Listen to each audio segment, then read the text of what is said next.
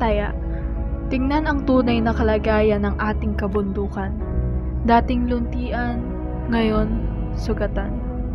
Sa bawat punong pinuputol, nawawala ang tahanan ng mga hayop. Nauubos ang hangin na ating nilalanghap at bumabagsak ang lupa sa mga komunidad sa ibaba. Ang mga bundok, proteksyon natin laban sa baha at bagyo.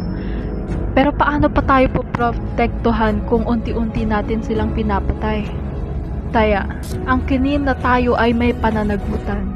Hindi lang ito issue ng mga lumad ng mga magsasaka o ng mga nag-aakyat sa kabundukan. Issue itong lahat tayo.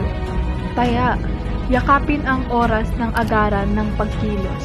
Magbawas ng basura sa bawat pag-akyat, sumuporta sa tree planting, igalang ang mga batas sa kalikasan at huwag maging sakim sa likas na yaman.